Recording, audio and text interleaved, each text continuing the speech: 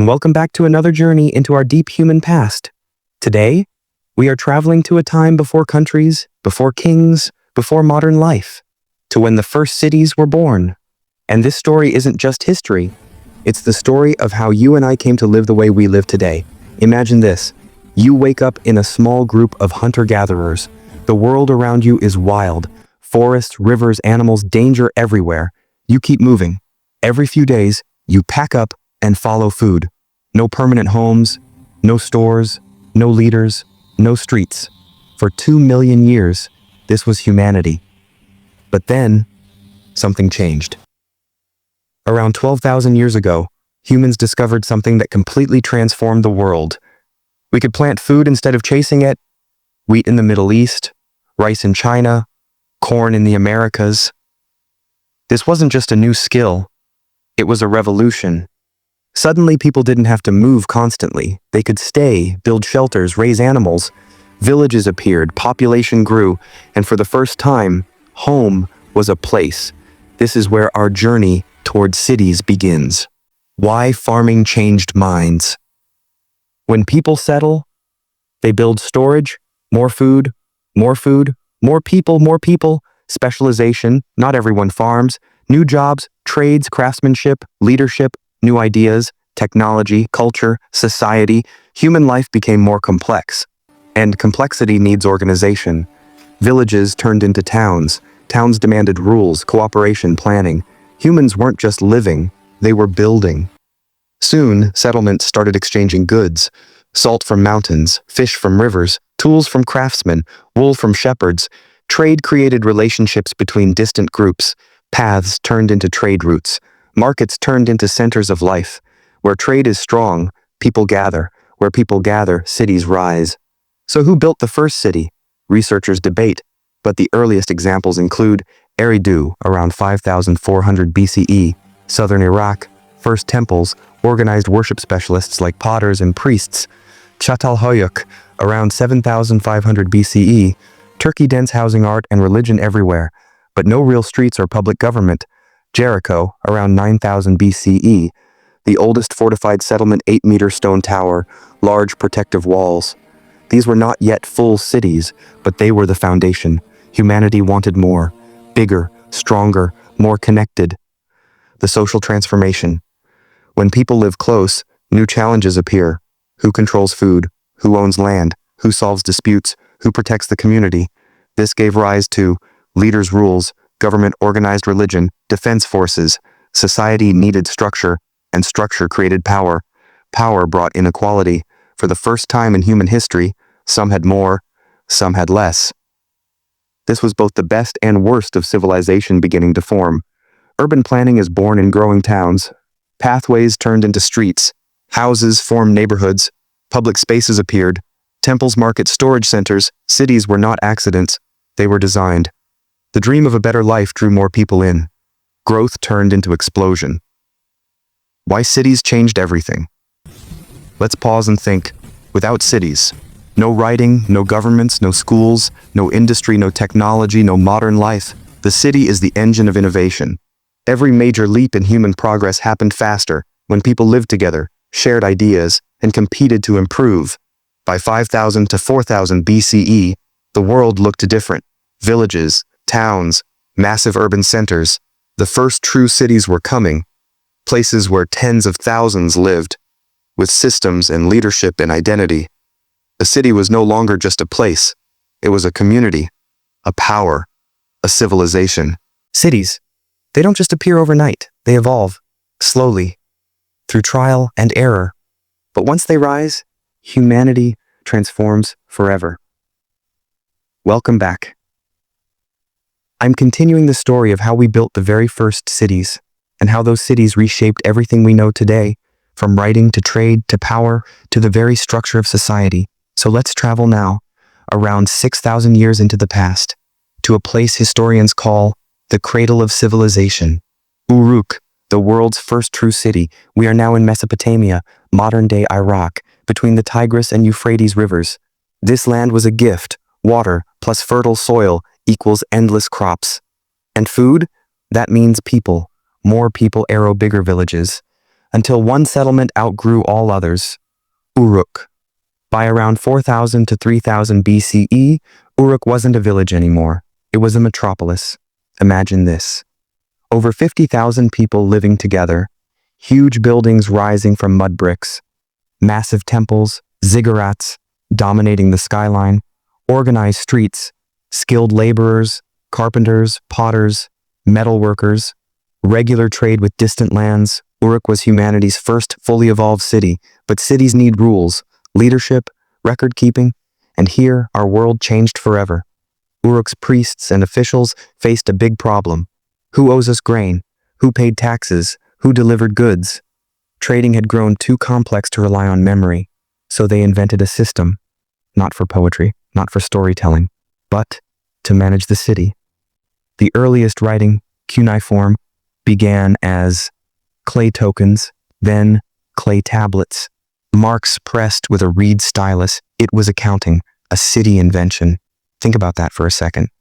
Words were born because cities needed math, because humans were finally building something bigger than any single brain. Uruk wasn't just a city anymore, it was the engine of civilization. Cities are amazing, but they're not fair.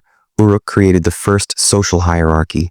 Priests holding spiritual plus political control, scribes, those who could read and write, elite class, craftsmen, copper workers, potters, builders, farmers, backbone of food supply, laborers and slaves, bottom class. Heavy work power became centralized. Leadership became institutional. This gave cities strength, but also inequality. In Uruk, the temple wasn't just a religious building, it was the largest storage warehouse, the center of taxation, the employer of workers, the controller of food distribution.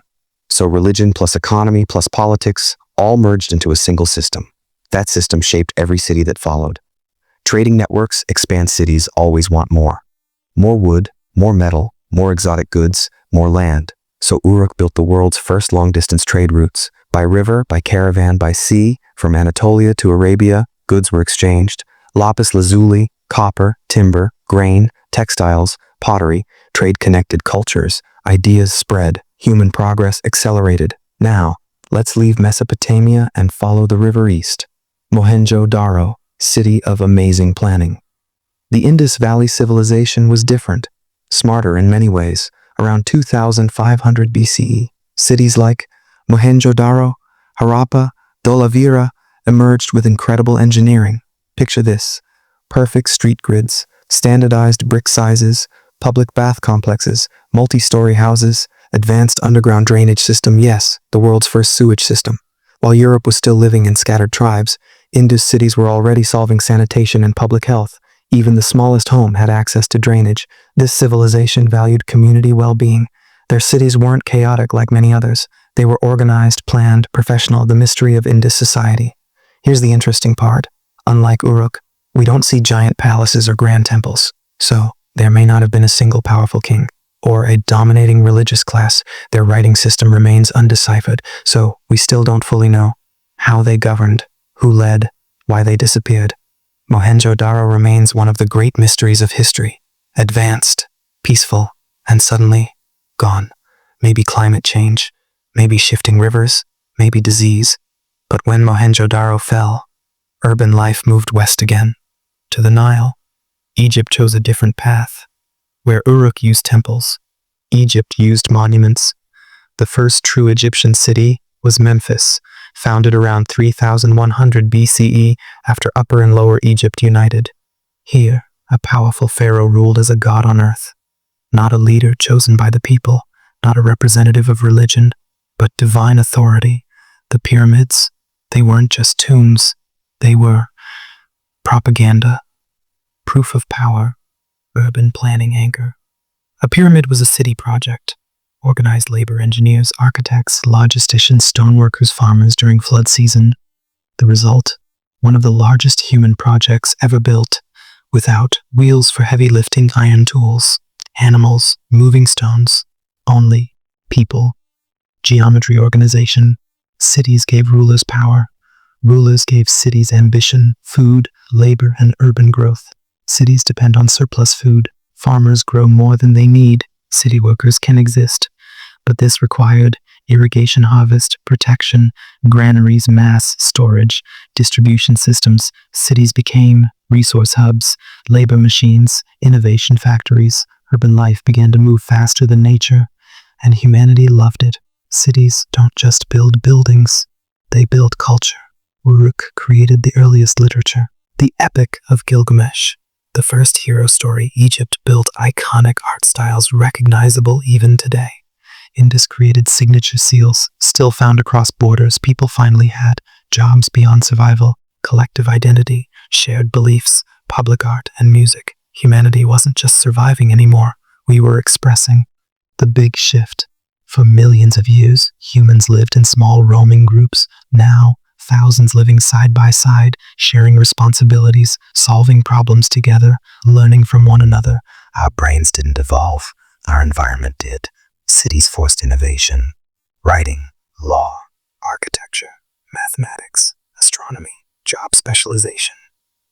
Every modern profession, from bakers to bankers, from builders to bureaucrats, born here in these early cities. The first networks of power cities created. Government, taxation, police, armed forces, class structure, organized religion. Some used this power wisely, others abused it. Cities could build wonders. Cities could also create war. The more humans grew together, the more conflict grew too. This dual nature of cities has shaped us ever since. Before we continue, we started with tiny farming villages. We reached the birth of true cities. Now we've seen how they changed the rules of humanity. But this story isn't finished, not even close, because cities are more than places. They are engines of ideas. And in the next part, we'll see how cities transformed law and justice, innovation and technology, wealth and inequality, warfare and borders, the global world we live in today. And finally, we'll explore the future of cities. Cities did more than bring people together. They changed humanity. Once our ancestors settled into the first urban centers, nothing about human life stayed the same. Cities reshaped how we work, how we think, how we fight, how we rule, even how we imagine the future. This is the story of how early cities transformed our world forever. Let's continue. Cities create law, order, and government. When thousands of people began living side by side, simple village rules no longer worked. You couldn't solve disputes with a group meeting. You couldn't let every family decide justice for themselves. Cities needed something new, law. Mesopotamia wrote the world's first legal codes.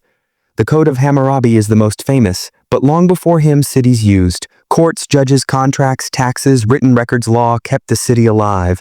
It gave structure to a place filled with strangers, workers, merchants, priests, and rulers. For the first time, rules applied to everyone, at least in theory. This idea still shapes modern society. Engineering and architecture become a profession. Cities forced humans to build bigger, smarter, and stronger. Villages could get by with simple huts. Cities needed irrigation systems, warehouses, paved streets, workshops, drainage, defensive walls, large temples, and palaces. Because of this, entirely new types of workers appeared. Full-time builders, full-time brickmakers, architects, engineers. Urban construction didn't just create shelter, it created identity. Uruk's ziggurat, Mohenjo-Daro's Great Bath, and Egypt's temples were more than structures. They were symbols of power, faith, and unity. Architecture became the language of civilization. Cities become economic engines. Villages produced food, cities produced surplus, and surplus changed everything. Cities became trading hubs. Mesopotamia traded with Anatolia, Iran, Arabia, the Indus Valley traded with Mesopotamia, Central Asia, the Gulf Coast. Egypt traded with Nubia, the Levant, the Mediterranean. These exchanges carried not just goods, but ideas, tools, and technology. Cities became magnets for opportunity. People moved there for better lives. The world's first urban migration. Culture explodes in urban life. Cities freed people from non-stop survival work. Not everyone needed to farm anymore. This created time, and time created culture. In early cities, people developed art, music, storytelling, religious festivals, education, literature. Scribes practiced writing. Potters perfected new shapes. Musicians played for crowds. Priests built shared rituals. Creativity became a community effort, something only cities could support. The dark side, war, class, and inequality. Cities brought opportunity, but also created new problems. Cities created organized warfare. Before cities, conflicts were small and personal. But once people stored grain, built temples, and gathered wealth, they created targets. Cities needed armies, weapon makers, fortified walls. Military leaders' warfare became large-scale and strategic. Inequality becomes permanent. Villages were mostly equal. Cities were not. Urban society included rulers, priests, merchants, craftsmen, laborers, slaves. Once hierarchy appeared, it stayed. Cities locked people into social roles that lasted generations. Cities reshape human thinking. Living in cities forced humans to think differently. Long-term planning. Cities required planning for storage, labor, water, construction, harvest, trade routes. Urban life demanded future-focused thinking. Writing becomes essential. At first, writing wasn't for stories. It was for record-keeping. Taxes, food inventory, trade laws. Cities turned writing into a necessity, not a luxury. Math and measurement. To run a city, you needed to count. Grain workers, land time payments. Mathematics grew because the city needed it. Cities transformed nature itself. Cities didn't adapt to nature, they reshaped it. They built canals, reservoirs, drainage ditches, engineered fields, redirected rivers. For the first time in history, humans changed landscapes on purpose. This was the beginning of environmental impact, a pattern that continues today. New identities and urban culture. In villages, identity was simple: family, clan, tribe. Cities created new identities: profession, social class, citizenship, district, or neighborhood, shared religion. Thousands of strangers learned to live together. To do that, they needed shared stories, shared symbols, shared rules. The idea of belonging to a city was born, a feeling billions of people still have today. The first urban networks. By 2500 BCE, cities around the world were connected. Mesopotamia, Uruk, Babylon, Indus Valley, Mohenjo-Daro, Harappa, Egypt, Memphis, Thebes. Trade and communication linked them into the earliest form of globalization. Cities didn't just grow alone. Look around your life. Government, schools, roads, markets, laws, jobs, writing, money, architecture, social class, city planning.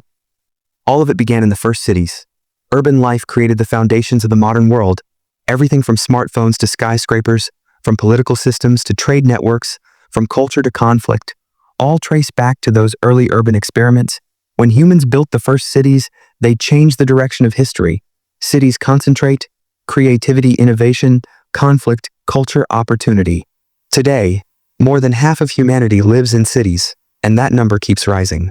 Our future is urban, just like our ancient past.